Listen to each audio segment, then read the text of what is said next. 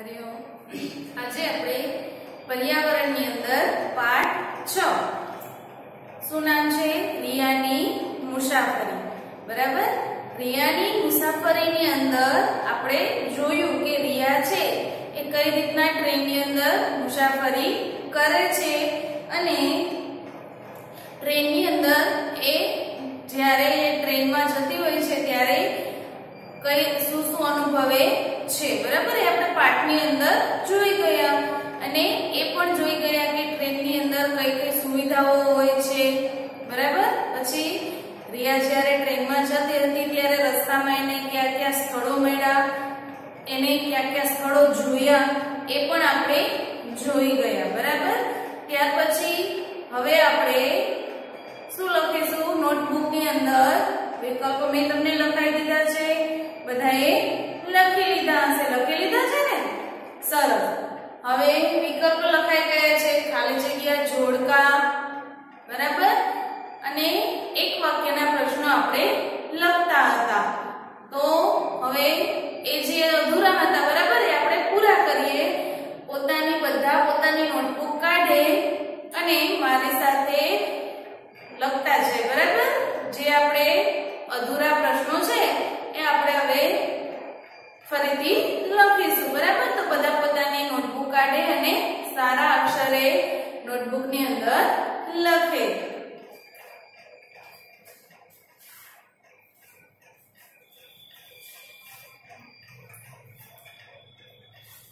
આપણે 5 પ્રશ્નો સુધી જોયા હતા. બરાબર. છેલ્લો પ્રશ્ન એ હતો કે કયા રેલવે સ્ટેશનને જંકશન કહેવામાં આવે છે. છેલ્લો પ્રશ્ન આપણે એ જોયો હતો. બરાબર. હવે પ્રશ્ન નંબર 6 તમારે બધાએ સૂચના મારેલી છે. બરાબર. એટલે તમારે કોઈ સૂચના મારવાની જરૂર નથી. બરાબર. જે નંબર આવ્યો છે એ નંબર થી ડાયરેક્ટ લખવા માંડે.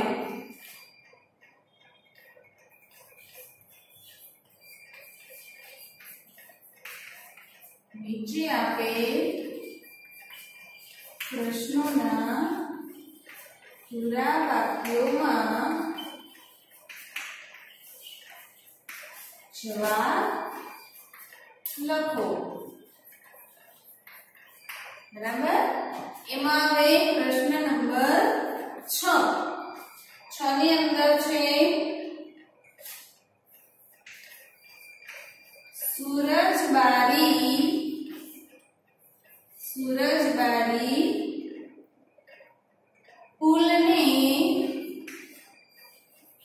સુરજબારી પુલને બીજા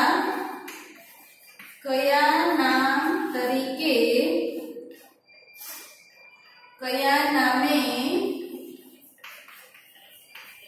ઓળખવામાં આવે છે. બરાબર. સુરજબારી પુલને બીજા કયા નામે ઓળખવામાં આવે છે? તો કયું હવે આપણે પાઠની અંદર સમજી ગયા અને મેં તમને કીધેલું પણ હતું કે સુરજબારી પુલ છે એને શું કહેવામાં આવે છે? કયા નામ તરીકે ઓળખવામાં આવે છે? તો કે સુરજબારી પુલને કચ્છનું પ્રવેશદ્વાર ઓળખવામાં આવે છે ને. કચ્છનું પ્રવેશદ્વાર. અથવા તો તમને ઉલટું પણ પ્રશ્ન પૂછે કે કચ્છના પ્રવેશદ્વારને બીજા કયા નામ તરીકે ઓળખવામાં આવે છે. તમને એ રીતના પણ પ્રશ્ન પૂછે કે કચ્છના પ્રવેશદ્વારને બીજા કયા નામ તરીકે ઓળખવામાં આવે છે. તો શું આવશે જવાબમાં? સુરજબારી પુલ. બરાબર. કે કચ્છનું પ્રવેશદ્વાર છે એ ક્યાં ગણાય છે? તો કે સુરજબારી પુલથી. એટલે જવાબમાં આપણે શું લખીશું?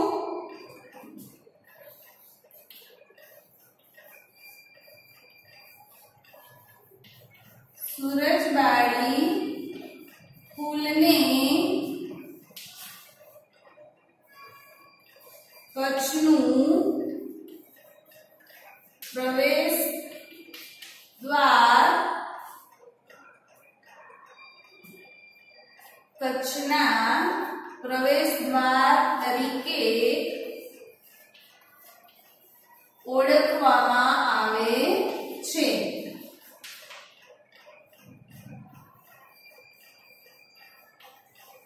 બરાબર. સુરજબારી પુલને કચ્છના પ્રવેશ દ્વાર તરીકે ઓળખવામાં આવે છે.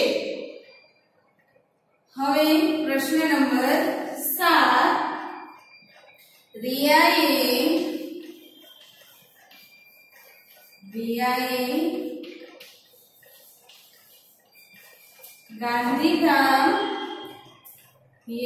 ગાંધીધામથી અમદાવાદ વચ્ચે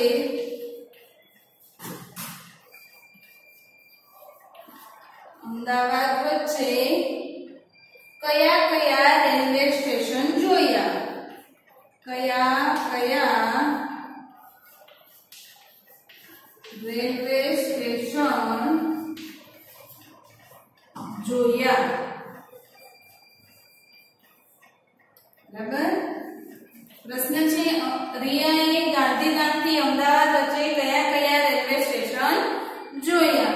તો કયા કયા આવશે કે રિયાએ ગાંધીધામથી અમદાવાદની વચ્ચે કયા કયા સ્ટેશન આવશે? તો કે ગાંધીધામથી વાપીની વચ્ચે સામખિયાળી જંકશન અને અમદાવાદ નડિયાદ સ્ટેશન જોયા. બરાબર. વાપીની વચ્ચે કયું જંકશન આવે છે? તો કે સામખિયાળી જંકશન અને અમદાવાદ નડિયાદના સ્ટેશન એમને જોયા. તો આપણે જવાબમાં લખીશું રિયાએ ગાંધીધામથી અમદાવાદ વચ્ચે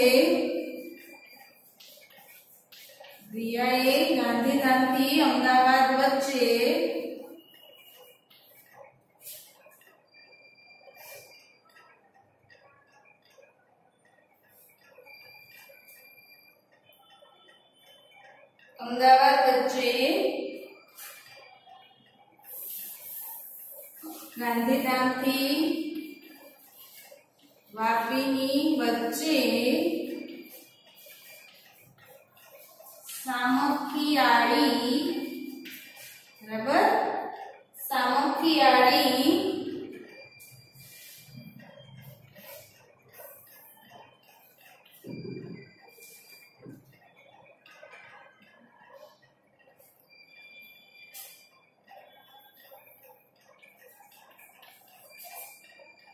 વાપીની વચ્ચે સામખિયાળી જંકશન,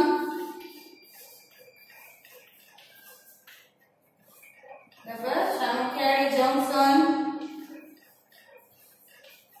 અમદાવાદ અને નડિયાદ સ્ટેશન જોયા. બરાબર. વાપીની વચ્ચે સામખિયાળી જંકશન અને અમદાવાદ નડિયાદ સ્ટેશન જોયા. પછી છે પ્રશ્ન નંબર 8. સામખિયાળી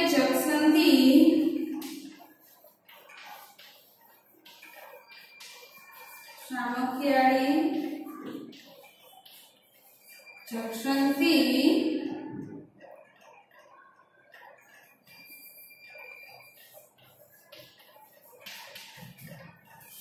ત્યાં જતા બે રેલવે માર્ગ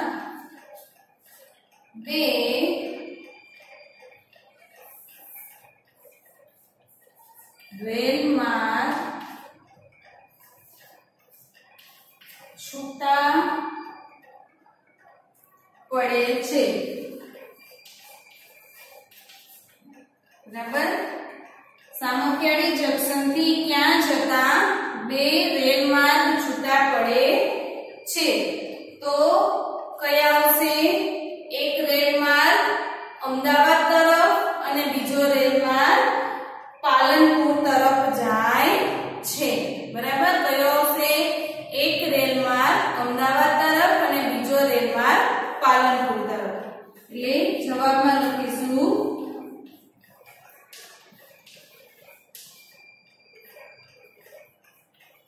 સામખિયાળી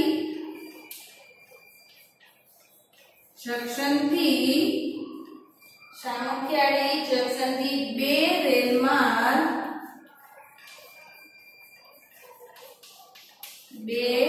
રેલમાર્ગ છૂટા પડે છે.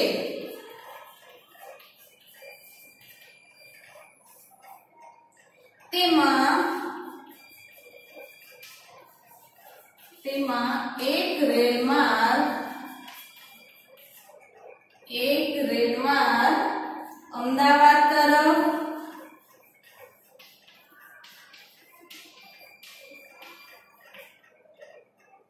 આવે છે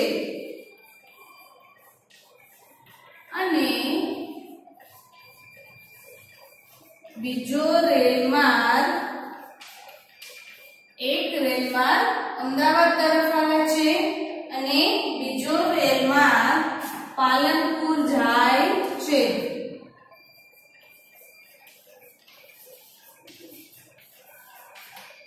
બરાબર, એક રેલમાર્ગ અમદાવાદ તરફ આવે છે અને બીજો રેલમાર્ગ પાલનપુર જાય છે. ખ્યાલ આવી ગયો? બરાબર, લખાઈ ગયું બધાને? હવે આગળ આપણે 9મો પ્રશ્ન લખીશું.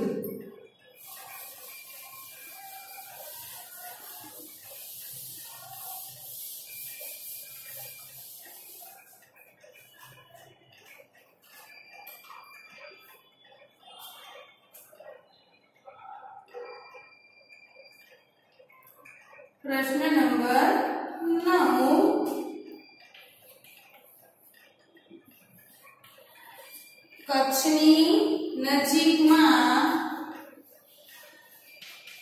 કચ્છની નજીકમાં કોઈ દરિયો છે? કોઈ દરિયો છે ખરો? પ્રશ્ન કર્યો છે. બરાબર, પ્રશ્ન જ છે કે કચ્છની નજીકમાં કોઈ દરિયો છે ખરો? જો હોય તો કયો? જો હોય તો કયો? બરાબર, કે જો હોય તો એ કયો દરિયો છે? તો આપણે બધાને ખબર છે કે હા, કચ્છની નજીક શું આવેલું છે? કે કચ્છની નજીક કચ્છનો જે અખાત કહે છે, બરાબર, એ અખાત આવેલો છે. અખાત એટલે કે દરિયો. બરાબર, એ કચ્છની નજીક કચ્છનો જે દરિયો છે એ આવેલો છે. એટલે જવાબમાં આપણે શું લખીશું કે હા, કચ્છની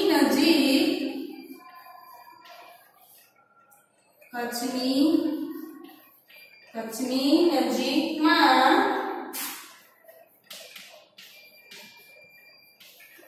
દરિયો છે. બરાબર, તેને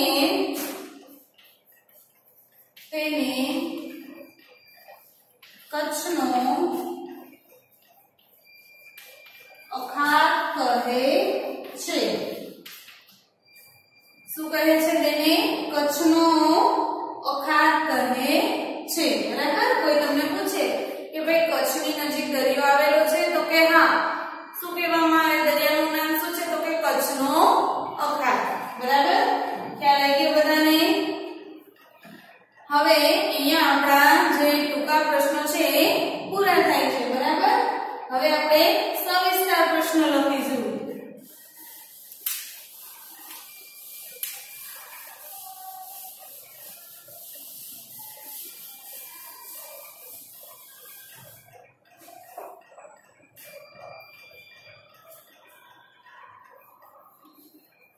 પ્રશ્ન નંબર 6. નીચે આપેલ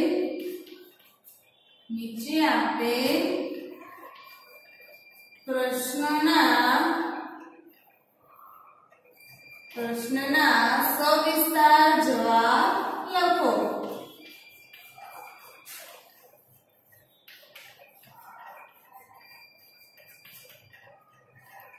બરાબર, એમાં પહેલો પ્રશ્ન છે રિયાના પપ્પાએ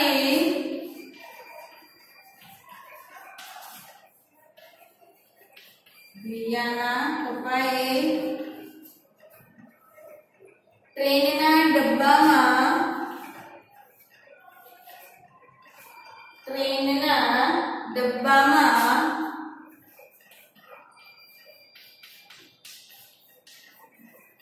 શાંતિથી ચઢવાનું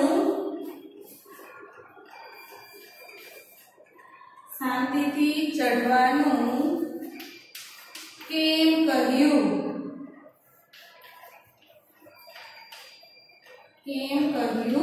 હતું? બરાબર. પ્રશ્ન કેવો છે કે રિયાના પપ્પાએ ટ્રેનમાં શાંતિથી ચડવા માટે કેમ કહ્યું હતું? બરાબર. તો શા માટે કહ્યું હતું? તો કે ટ્રેન જ્યારે પ્લેટફોર્મ પર આવી ત્યારે ટ્રેનના ડબ્બાઓના દરવાજેથી લોકો ચડતા અને ઉતરતા હતા અને ખૂબ જ ધક્કામુક્કી થતી હતી. બરાબર. અને એ સ્ટેશન ઉપર જ્યાં ટ્રેન આવી હતી, જે સ્ટેશન હતું, બરાબર, એ સ્ટેશન ઉપર ટ્રેન 15 થી 20 મિનિટ ઊભવાની હતી. એટલા માટે રિયાના પપ્પાએ કહ્યું કે ધક્કામુક્કીમાં ન ચડતા આપણે આરામથી ટ્રેનમાં ચડીશું. બરાબર. તો જવાબમાં લખીશું આપણે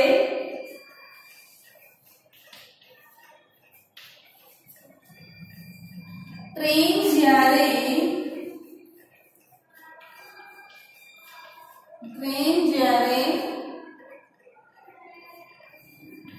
પ્લેટફોર્મ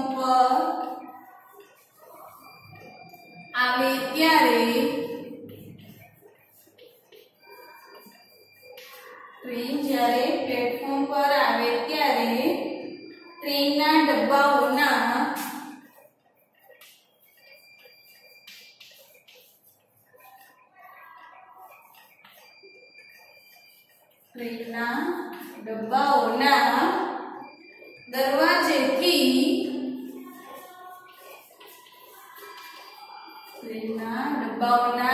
દરવાજેથી લોકો ચડતા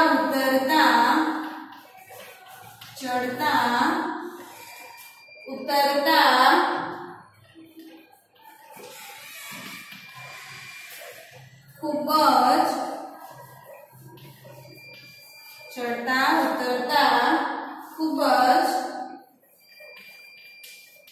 ધક્કામુક્કી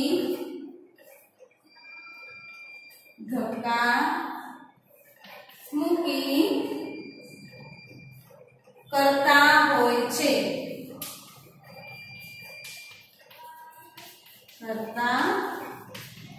છે. બરાબર. ટ્રેન આ સ્ટેશન ઉપર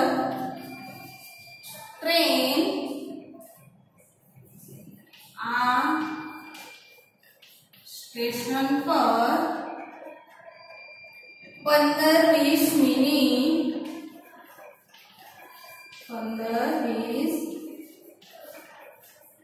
મિનિટ ઊભી રહેવાની હતી.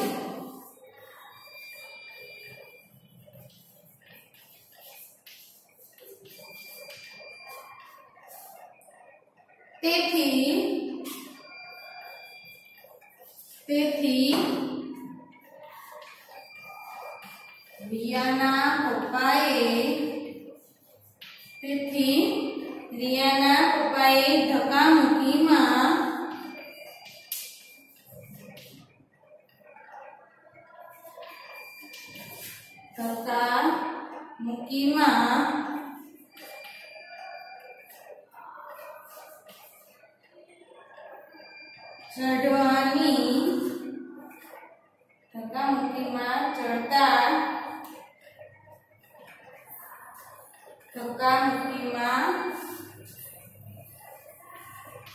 ચડતા ટ્રેનના ડબ્બામાં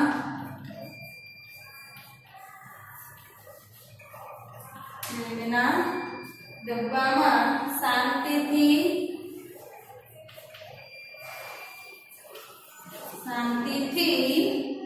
ચઢવાનું કહ્યું.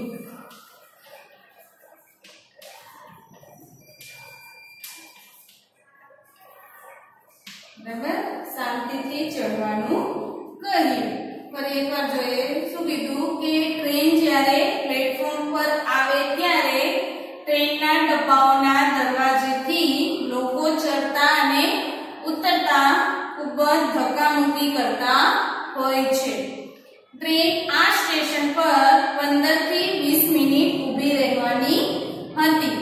તેથી રિયાના પપ્પાએ ધક્કામુક્કીમાં ચડતા ટ્રેનના ડબ્બામાં શાંતિથી ચડવાનું કહ્યું. બરાબર. ત્યાર પછી બીજો પ્રશ્ન છે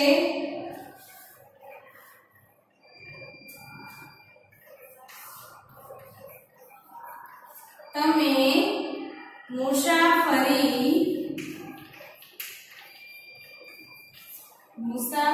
વખતે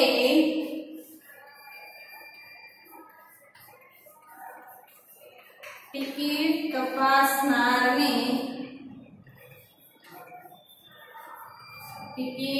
તપાસનારને કેવી રીતે ઓળખશો?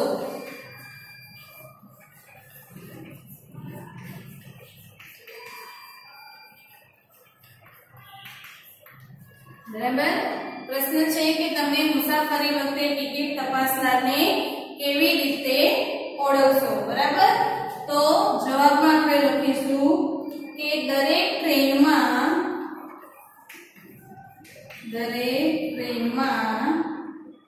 મુસાફરોની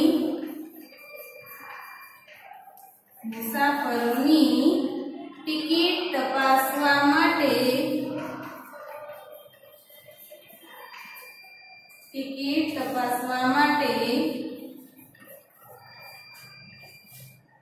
ટિકિટ ચેકર હોય છે.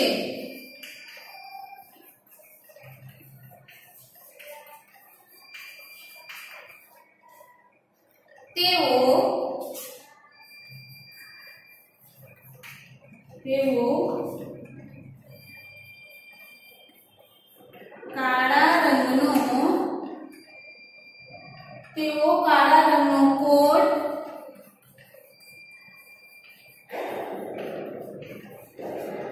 સફેદ પેન્ટ અને માથા પર ખાસ પ્રકારની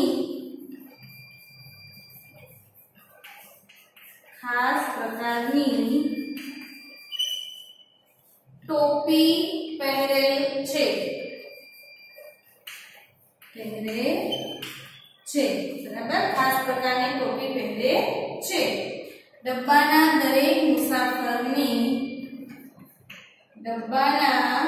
દરેક મુસાફરે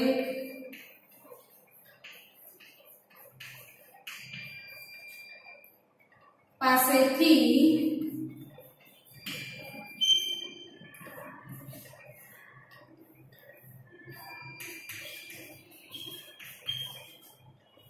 ટિકિટ માંગીને ચકાસે છે.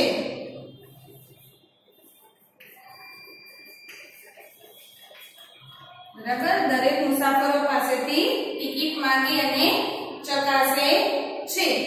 ટિકિટ વગર મુસાફરી કરતા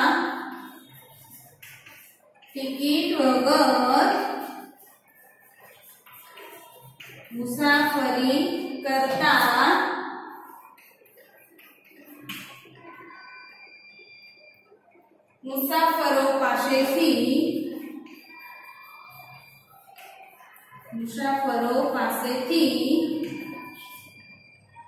તેઓ દંડ વસૂલે છે.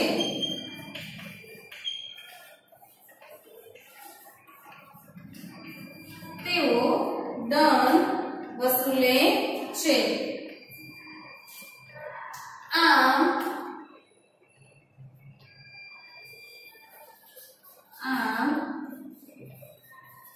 ટિકિટ તપાસનારના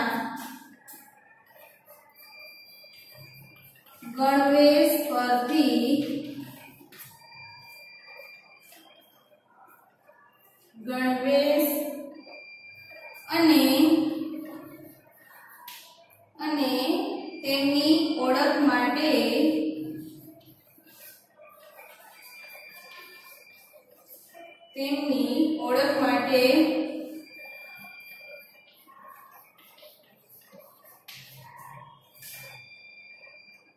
રેલવે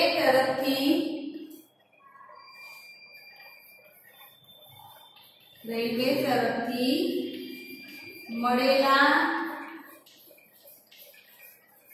બિલ્લા, બરાબર, બિલ્લા એટલે સિક્કો, બરાબર, કોઈ ઓળખ હોય, કોઈ જે કપડા પહેર્યા હોય એની ઉપર પોતાના રેલવેનો ઓળખ હોય એના માટેનો જે સિક્કો હોય છે એ હોય છે, બરાબર, એને બિલ્લા પણ કહેવામાં આવે છે. બિલ્લા પરથી આપણે તેને ઓળખી શકીએ છીએ,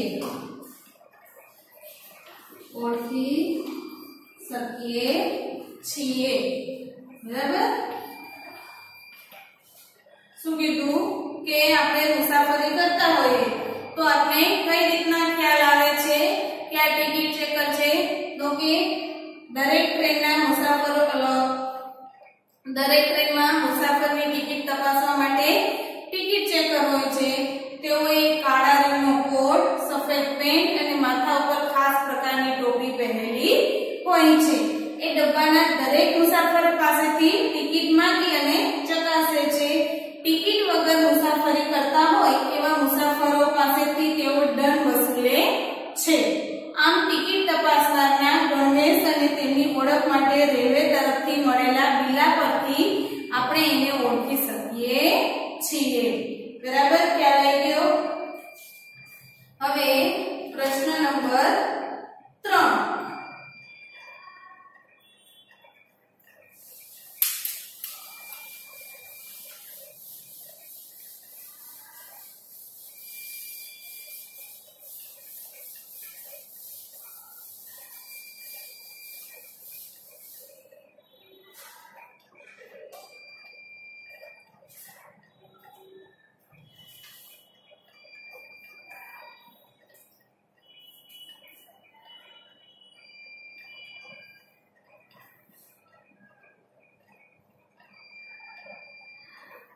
પ્રશ્ન નંબર 3. રિયાએ ચાલુ ટ્રેને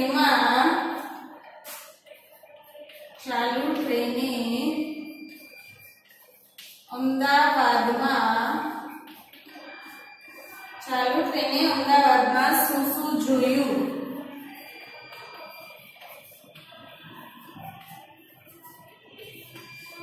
બરાબર, રિયાએ ચાલુ ટ્રેને અમદાવાદમાં શું શું જોયું? તો શું જોયું તો આપણે એમાં લખીશું જવાબની અંદર કે રિયાએ ચાલુ ટ્રેને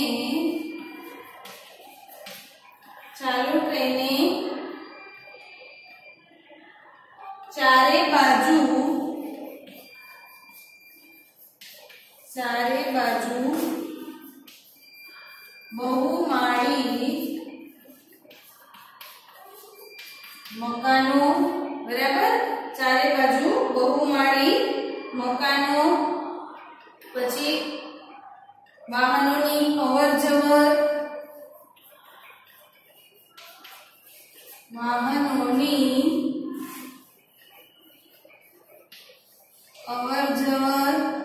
પછી તો કે રોશનીથી સુંદર લાગતું અમદાવાદ શહેર, રોશનીથી સુંદર લાગતું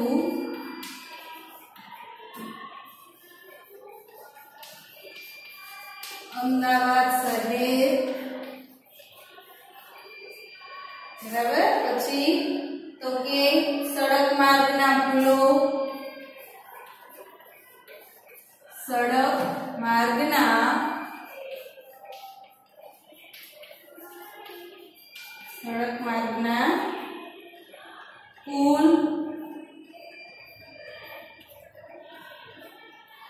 પછી ફાટકવાળા માર્ગ, ફાટકવાળા માર્ગ વગેરે જોયા.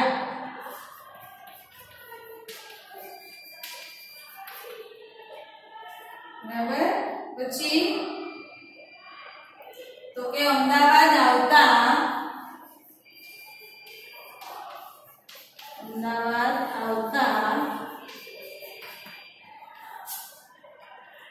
પહેલા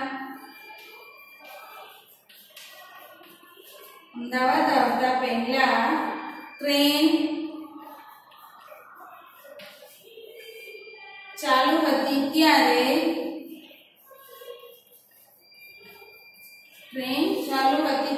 વસ્તુઓ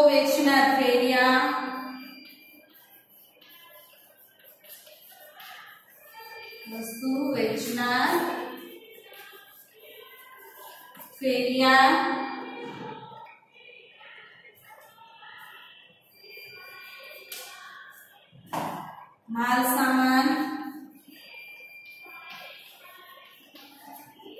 માલ સામાન ઉચકનાર કુલીઓ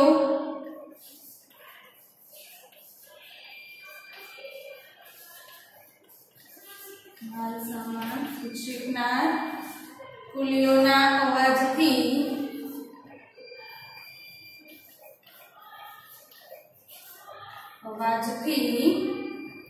વાતાવરણ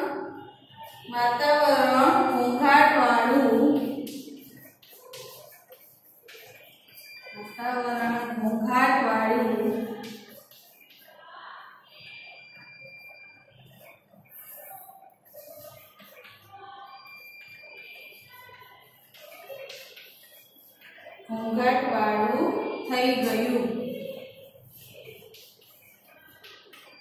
બરાબર. શું જોયું હતું? તો કે બહુમાળી મકાનો, વાહનોની અવરજવર, રોશનીથી સુંદર લાગતું અમદાવાદ શહેર, સડક માર્ગના પુલ,